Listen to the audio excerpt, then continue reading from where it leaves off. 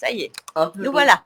mais ça va, on a réussi. Je suis très contente du coup de Oui. pouvoir te recevoir pour cette petite interview et pouvoir Je suis ravie d'être là, enfin. Bah oui, je suis très très content. Franchement, j'avais hâte de pouvoir te poser plein de questions sur ce que tu fais, sur ce que tu vas faire et aussi pouvoir te faire te présenter à plein de gens, des gens qui ne te connaîtraient pas et ils auront bien tort de ne pas te connaître et j'espère que du coup ils vont pouvoir découvrir ce que tu fais. Merci beaucoup. Je vais te laisser te À présenter du toi. coup. Alors moi je suis un peu multitâche. C'est-à-dire que je suis photographe, directrice artistique, je suis styliste, je fais énormément de choses. Enfin, je pense que dans tous les métiers artistiques, on est toujours un peu baladé d'un pôle à l'autre selon les rencontres, selon nos rythmes de vie. Et ça ne remarche. Ah, te revoilà. Non, parce que tu apparais, tu disparais. Tu fais des blagues. C'est comme ça. Ok, d'accord. Voilà. Donc voilà. Mais mon activité principale, c'est quand même la photo. Voilà. Ok. Et du coup, pour moi, ceux qui ne me connaissent pas, je suis Yana, je suis créateur de contenu pour Brut et également sur divers réseaux, TikTok, Instagram. Et je fais pas mal d'interviews de personnalités que je trouve inspirantes et c'est aussi pour ça que j'aime l'application Brut parce qu'elle me donne la possibilité de mettre en avant des personnalités que j'aime. A few moments later. Ça saute Ok. chez toi ou c'est que chez moi? Moi, je t'entends très bien. Mais qu'est-ce qui se passe-t-il? C'est chez moi, il y a des ondes. Pourtant, je peux pas. Voilà. Bon, c'est pas grave, on va Voilà. réussir. De toute façon, le plus important, c'est que toi, on t'entende et que tu arrives du coup à... Moi, c'est subsidiaire, on va dire. Mais non, c'est toi. Je suis là pour toi. Donc, si on ne t'entend pas, ça n'a aucun sens. Oui, Donc, mais du coup, on va rentrer dans le vif du sujet. Qu'est-ce qui te transforme, toi, dans le métier que tu fais, dans la photographie, parce qu'on va beaucoup parler de ça. alors, dans le métier que je fais, moi, avant tout, c'est les rencontres. Ça va être une alchimie, ça va être des rencontres coup de cœur qui vont générer tout de suite, c'est assez instantané, l'envie de raconter une histoire. Donc, ça va vraiment être quelque chose de complètement, même moi, ça me surprend, c'est la surprise. Je ne sais jamais trop à l'avance où je vais aller. C'est pour ça que les gens avec qui je travaille, ce sont des gens que je connais généralement dans la vie, où on a une histoire commune. Et ensuite de tout ça, je vais raconter une petite histoire autour et ça va me mener à la photographie parce que c'est un peu la photo qui va faire naître cette histoire entre nous tous et qui crée un lien très fort entre chacun parce que c'est pas juste de la photo en studio, c'est des vraies aventures dans des lieux, c'est des voyages, c'est des mises en danger de personnes qui ne feraient pas forcément ce genre de photos. Donc chacun pousse aussi un peu ses limites et c'est là où ça devient intéressant. C'est de se donner la main et la chance que j'ai, c'est qu'on me fasse confiance. Donc on peut vraiment pousser très loin au niveau de l'image et de la sensibilité parce que c'est avant tout un travail de sensibilité. Ça marche pas, ça saute. Tu m'entends? Voilà, ça y est, là, c'est très bien, là. Donc, voilà. Ok.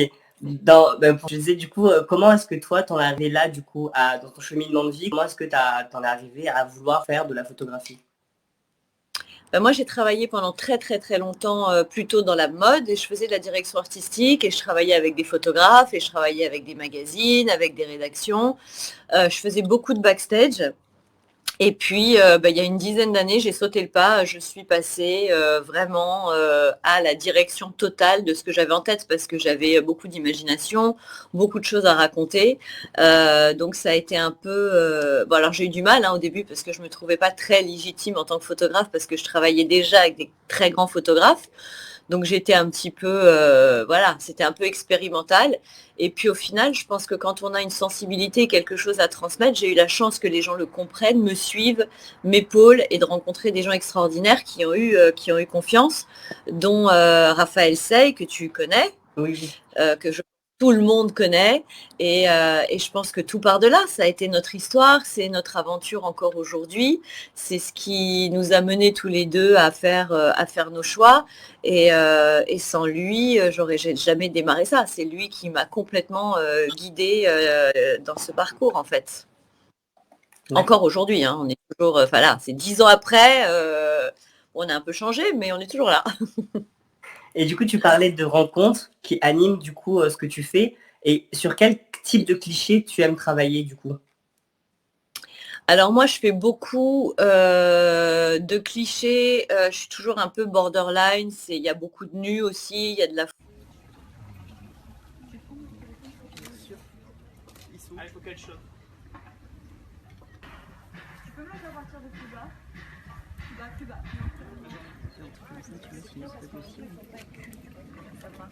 Il y a de la food. Je suis sur la passion, le désir, tout en restant toujours extrêmement pudique. Il n'y a jamais de vulgarité, donc ça, c'est jamais du nu intégral. En fait, je laisse deviner. Et ce qui est intéressant, c'est cette mise à nu, justement, on va dire aussi psychique des gens avec qui je travaille, qui se laissent guider et qui, quelque part, se découvrent sous un œil différent. Et souvent, c'est très intéressant de voir que ça peut aussi les aider.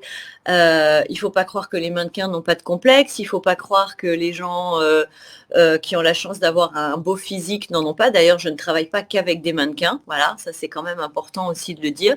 J'aime les mélanges, les mélanges de styles, j'aime les mélanges de genres, je fais énormément de projets, donc c'est vrai que je ne travaille pas qu'avec des mannequins, ça va être à l'affect. Et moi, ce qui m'intéresse, c'est ce regard que je vais pouvoir leur donner sur eux-mêmes, ce recul, et parfois des choses qu'ils n'auraient jamais osé, ils osent et ça va les transformer sur plein de points de vue spirituels aussi. Mais ça va être compliqué de toucher à cette sensibilité-là. Comment est-ce que tu arrives à essayer de faire qu'un modèle se délivre et se livre du coup à travers une photographie? C'est très compliqué, mais c'est ça la magie. Je pense que ceux qui me connaissent, qui viennent me voir et les gens avec qui je travaille connaissent mon travail, me connaissent un petit peu à travers ce qu'ils peuvent voir. Donc déjà, c'est un premier pas. Et puis après, on apprend un petit peu quand même, on discute. Je leur pose plein de questions. Il y a quand même, voilà, quand même une approche aussi. Il faut qu'on s'entende, hein. C'est comme en amitié, c'est comme tout. Et de là, on arrive à dévoiler des choses et c'est là où ça devient intéressant. Mais c'est sûr que c'est pas facile. Je dis pas que c'est facile, hein. Voilà, il y a toute une préparation au niveau de tout, des lumières, du stylisme, des lieux. Et après, bon, bah, c'est ça qui fait sûrement la différence, c'est que j'arrive à capter aussi les choses chez l'autre. Je fais pas des photos pour moi-même, je fais des photos pour partager un moment. Donc il faut être tourné vers les autres et comprendre. Et je pense que là aussi, le fait d'être à l'écoute, bah, ça crée un canal qui ouvre sur des perspectives où on arrive à exprimer des choses. Non, mais tu as totalement raison.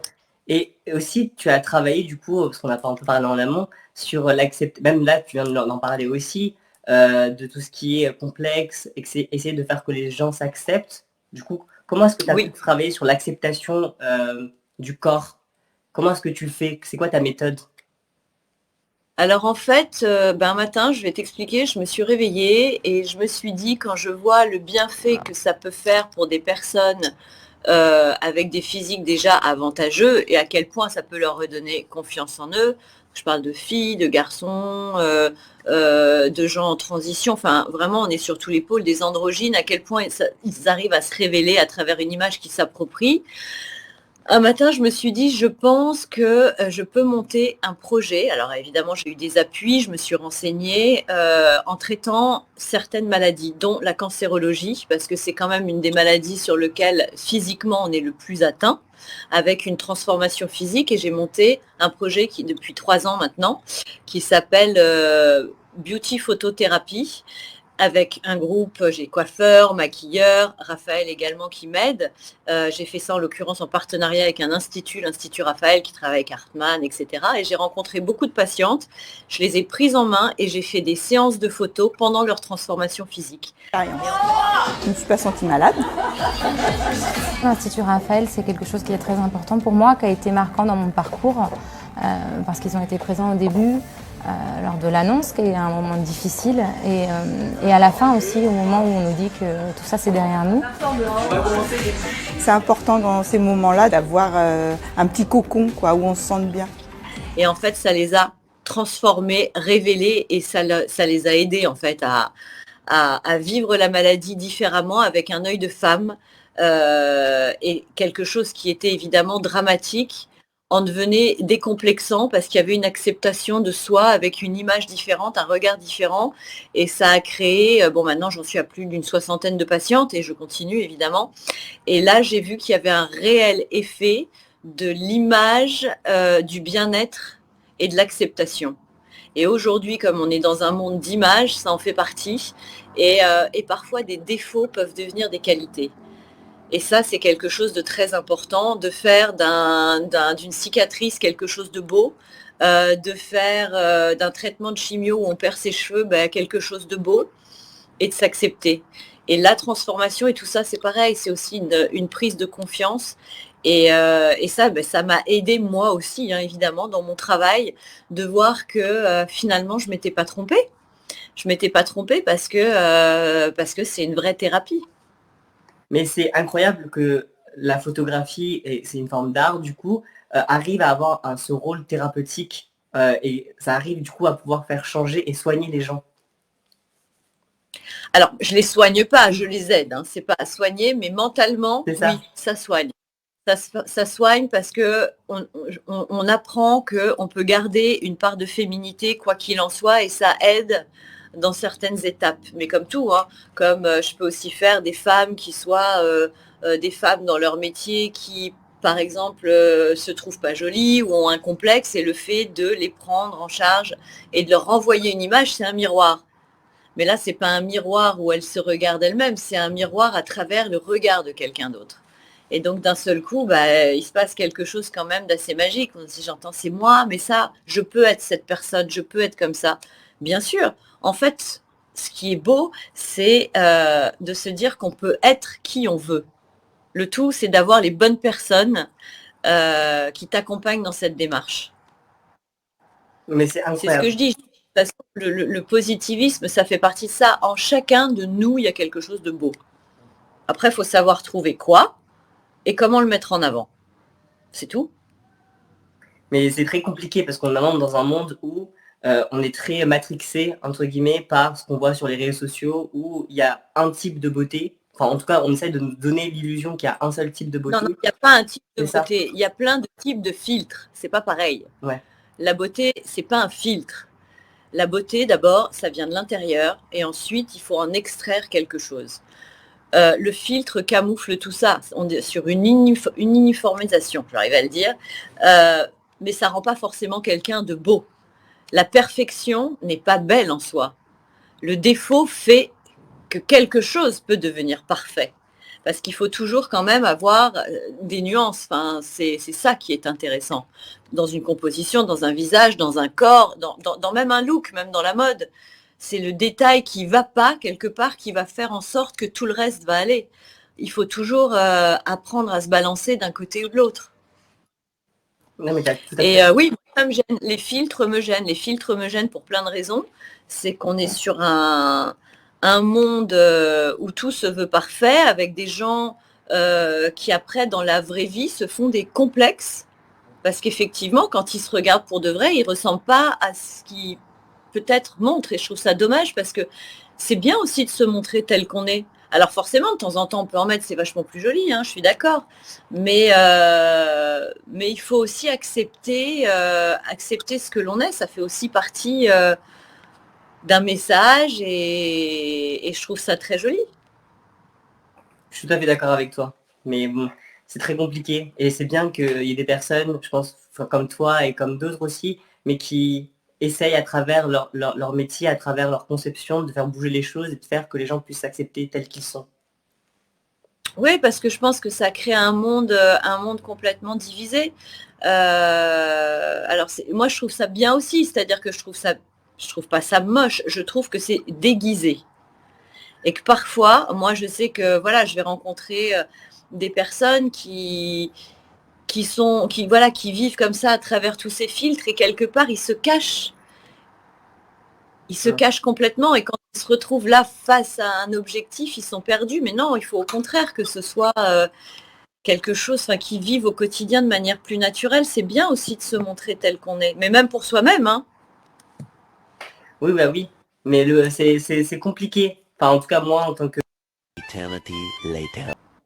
Ah, ça y est, ça revient, c'est bon.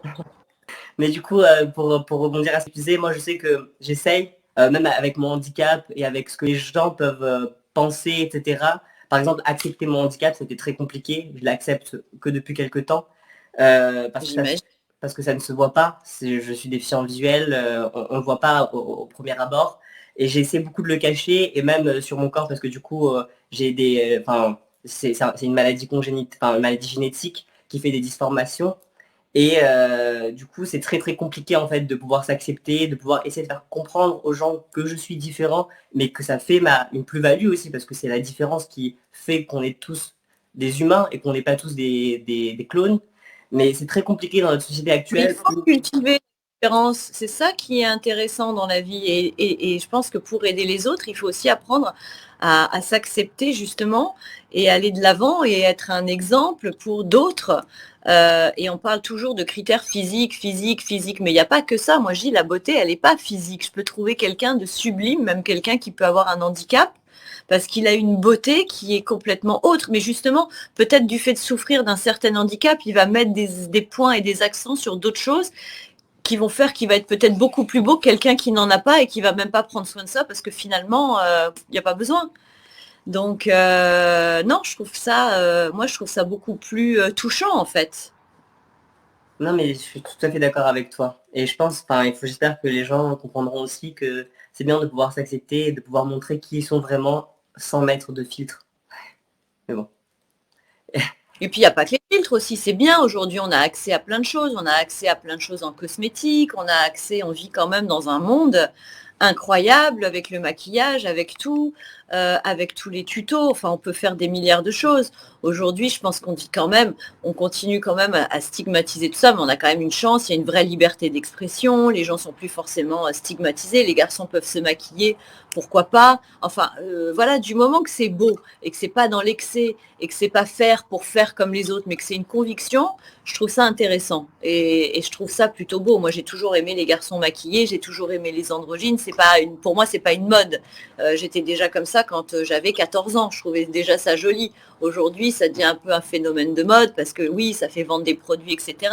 Mais en soi, je pense que quand on l'a en soi, ce qui est intéressant aujourd'hui, c'est quand même qu'on a la chance avec les réseaux de pouvoir avoir un monde qui se décomplexe, où chacun est quand même libre de faire ce qu'il veut, comme il l'entend. Et ça, je pense que c'est ce qu'il y a de mieux, de pouvoir s'exprimer.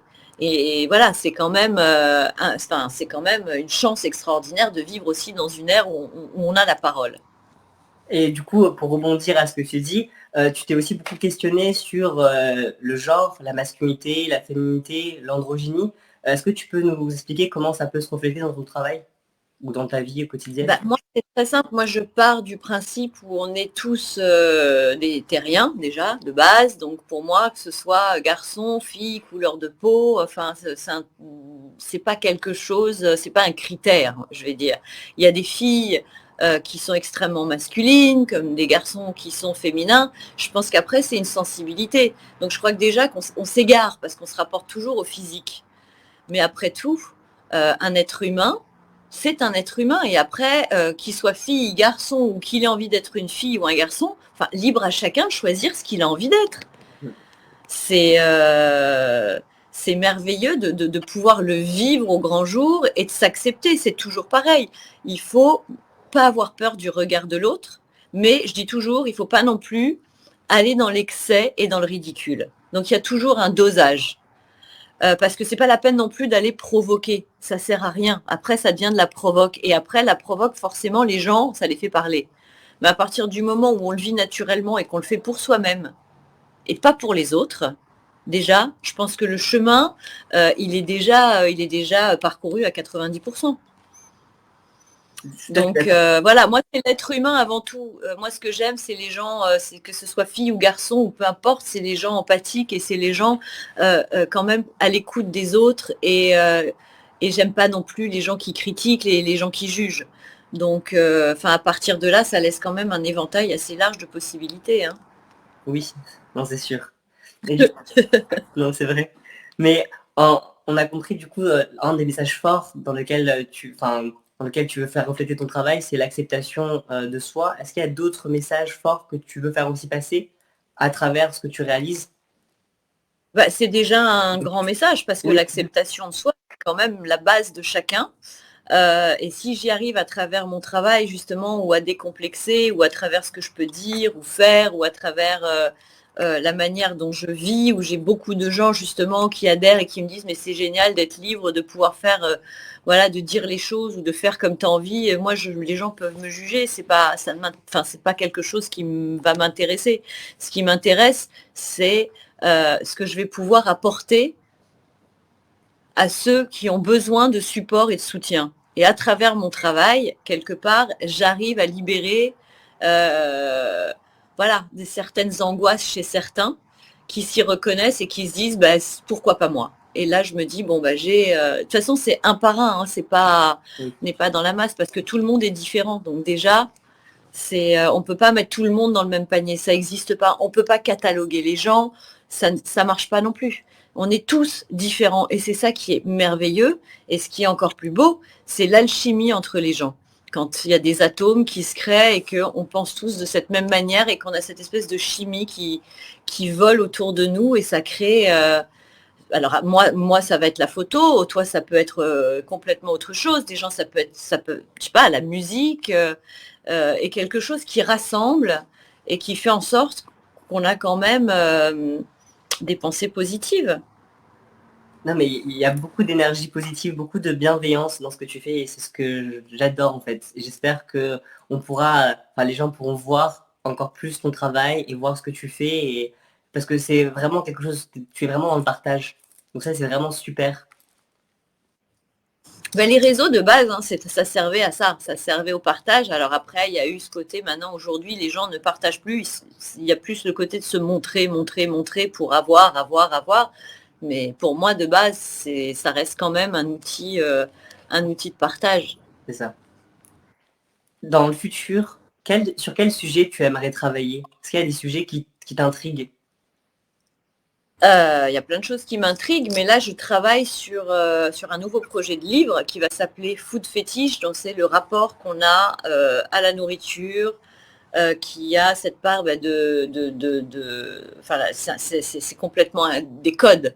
Donc, c'est d'arriver à décoder à travers la photo des images. Alors, il y a des choses drôles, il y a des choses sexy, il y a des choses plus trash.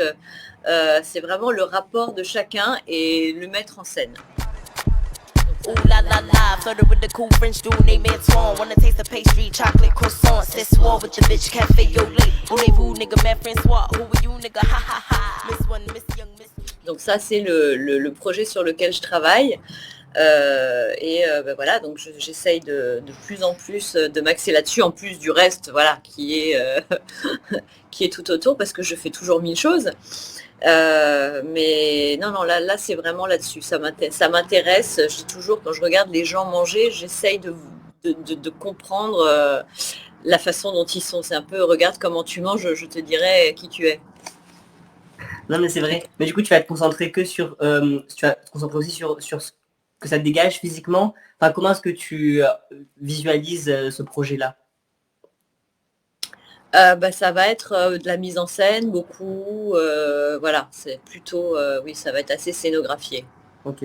Donc pareil, ça va être des jeux de bouche, de main, de corps, évidemment de nourriture et de texture.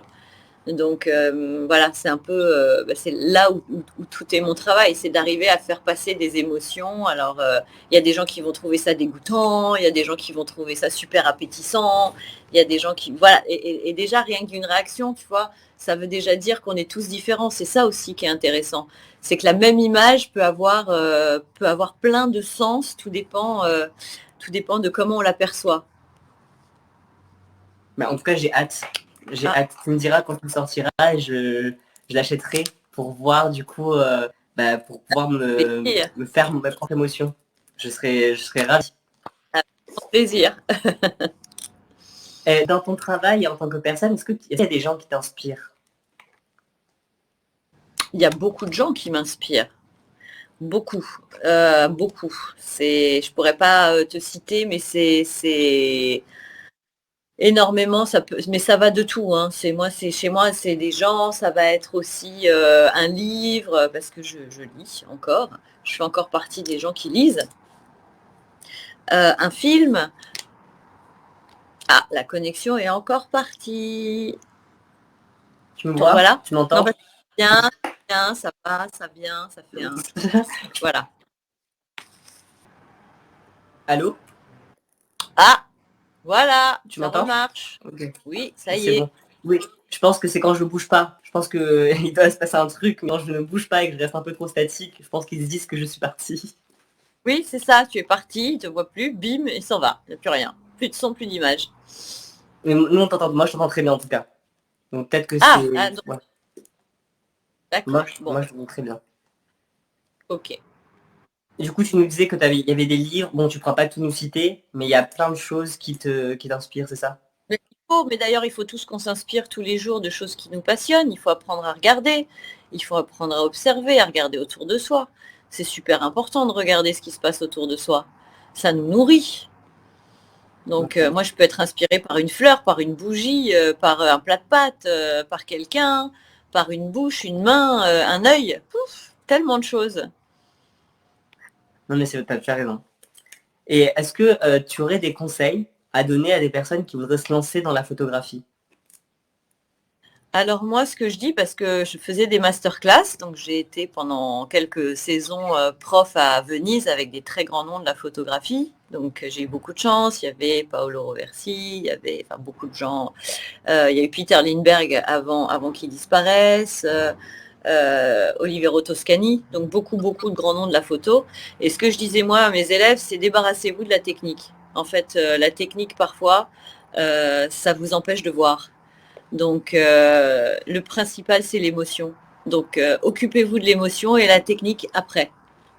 Alors, je sais que normalement, il faut faire le contraire. Je suis désolée, mais moi, quelque part, je peux faire une photo ratée, mais qui dégage quelque chose et on a voulu aller au bout et exprimer quelque chose que passer 4 heures à faire un réglage et avoir une photo de merde, ce qui peut arriver aussi. Ah, ben ça a ressauté. Tu Non, m'entends? te revoilà. Ah, Oui, voilà. ça y est. Et Voilà. ok, d'accord. Donc il faut la technique à proscrire et plus se concentrer sur les émotions et sur ce qu'on peut ressentir à travers une personne, c'est ça? Pour moi, c'est voilà. Après, chacun fait comme il veut. Pour moi, c'est plus ça. Ça serait plus d'aller dans l'émotion, de se lancer et au pire, bah, c'est pas grave. On rate, mais c'est pas grave d'échouer. On a le droit d'échouer dans la vie. L'échec, ça fait aussi partie des choses qu'on doit. Enfin, ça sert à apprendre. Oui. Et toi, en tant que photographe, quelle a été la chose la plus compliquée à réaliser ou à faire? Ça a été des photos que j'ai faites avec Raph à 6 heures du matin sur un lac avec un lit où on avait décidé de mettre un lit dans un lac pour faire des photos dans un lac. Je dois dire que ça, c'était assez... c'était, voilà, des idées comme ça qui nous passent et puis après, on les fait. Mais non, ça, c'est assez... bon, j'étais très contente du résultat, mais ça a été une épreuve quand même à réaliser. Ouais, il y a vraiment une envie de faire une mise en scène, une scénographie dans ce que tu fais aussi. Qui est une Oui, c'est histoire que tu poétique. peux raconter. Oui, Oui. Moi, j'aime bien raconter des histoires, donc je sais pas écrire. Donc voilà, je les crée, je les invente et je les photographie. non, mais c'est très beau. Vraiment, parce que je pense que la photo peut faire dégager énormément d'émotions. Et par exemple, moi, je vois pas, mais j'adore aller dans des expositions photos pour pouvoir voir à travers mes yeux, ressentir une émotion du peu que je peux voir. Et je trouve ça incroyable. Parce que, enfin, bref, c'est ma vision. Du coup, j'ai une vision qui est pas comme les autres, mais je trouve ça encore, enfin, ça me fait quelque chose. Ouais, mais ça te dégage quand même quelque chose parce que ta vision, elle est aussi intéressante, justement, du fait d'être différente. Et toi, tu peux capter des essences, tu peux capter autre chose. C'est ça aussi qui est intéressant. Parce qu'au final, on voit pas tous la même chose. Oui. Non, c'est vrai. Oui, Non, c'est vrai. il faut pas l'oublier. En tout cas, j'ai été content de pouvoir te recevoir pour ce petit live. Moi aussi. Et Moi aussi, très. Merci beaucoup. Merci à toi. Est-ce que tu peux nous donner tes réseaux sociaux pour que les gens puissent aller te suivre? Alors, moi, c'est Instagram, @StéphanieRenoma avec un F. Voilà, c'est là que ça se passe. On Allez découvre vraiment, tout plein de choses. allez vraiment la suivre. Et parce que vraiment, il faut que vous voyez, il faut que vous découvriez aussi, il faut qu'on te découvre en fait, qu'on découvre ta personnalité, le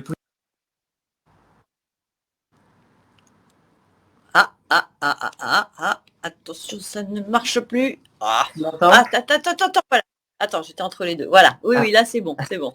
Du coup, je disais tout le travail de bienveillance, de positivisme et même pouvoir permettre que les gens puissent accepter, c'est incroyable.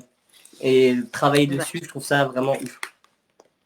Ben, merci beaucoup. Merci à toi, en tout cas, de m'avoir donné la parole sur ce sujet qui me tient à cœur. Et ce qui est bien, c'est que c'est un sujet qui touche aussi bien les plus jeunes que les beaucoup moins jeunes. Donc je pense que c'est vraiment, enfin on est sur, voilà, sur tout un... Il n'y a pas d'âge et on peut tous apprendre à s'accepter même très tard. Tu as tout à fait raison. Merci beaucoup en tout cas. Bonne soirée à toi. Et moi, Merci beaucoup. À très bientôt. bye. Et moi, Bye bye. vous pouvez me retrouver sur tous mes réseaux, @Yana encore, TikTok, Instagram, Twitter, etc. Bisous. Bisous. If you take it off,